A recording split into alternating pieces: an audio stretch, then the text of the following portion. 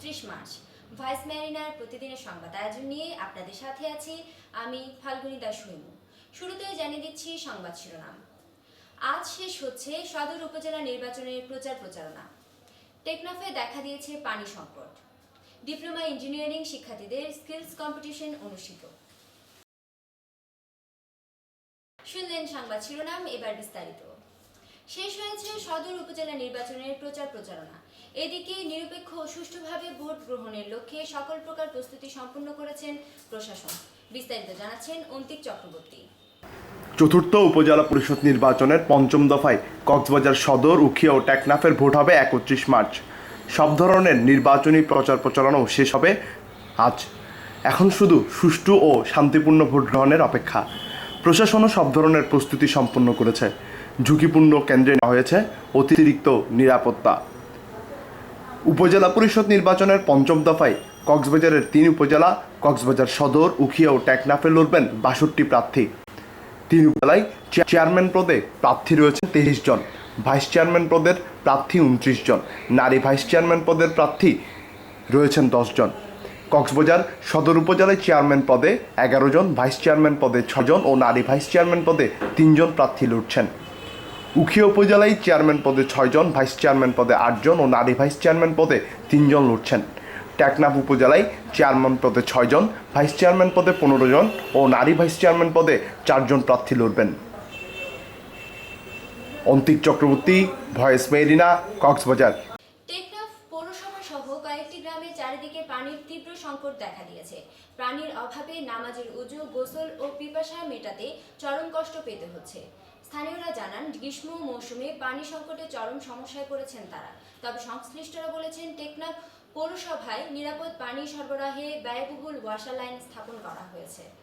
Diploma engineering শিক্ষার্থীদের মেধা ও উদ্ভাবনী শক্তি বিকাশের লক্ষ্যে স্কিলস কম্পিটিশন 2014 অনুষ্ঠিত হয়েছে। আজ সারা দেশের ন্যায় কক্সবাজার পলিটেকনিক্যাল ইনস্টিটিউট প্রাঙ্গণে অনুষ্ঠিত প্রতিযোগিতায় দেশ, সময় ও বর্তমান বাজারের চাহিদার প্রতি গুরুত্ব দেওয়া হয়েছে।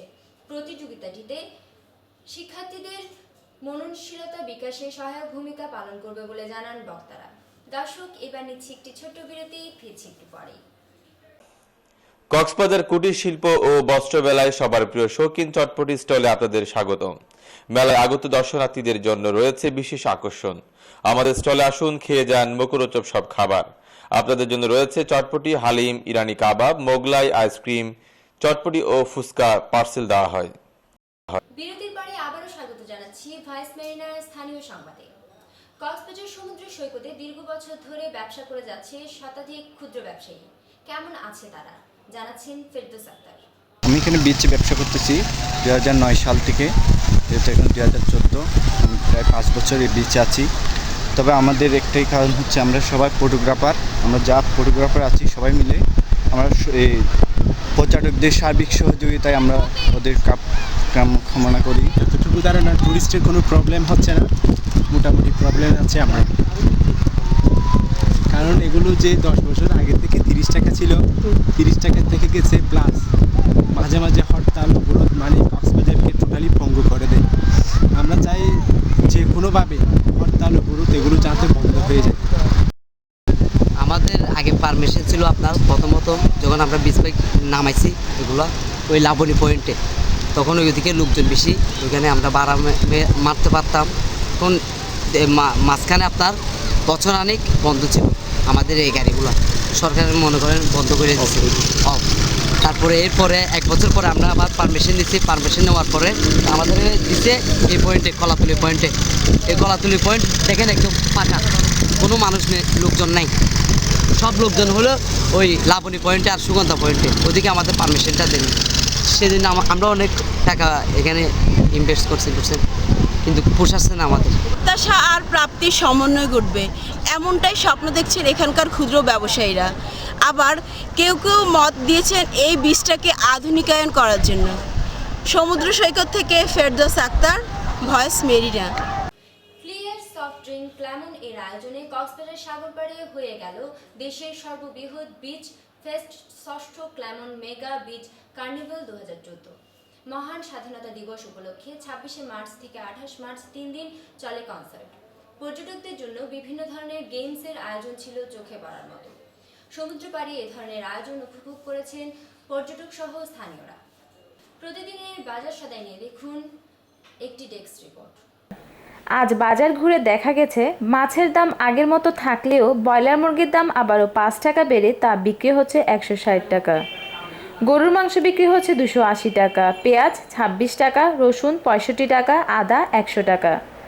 নানা রকম শাকসবজিতে বাজার ভরপুর থাকায় সবজির দাম রয়েছে ক্রেতাদের সাধ্যের মধ্যে। সবজি বিক্রি হচ্ছে 10 টাকা থেকে 50 টাকা পর্যন্ত। চালের দাম বাড়ার পর তা এখনও কমেনি। এই ছিল বাজার পরিস্থিতি।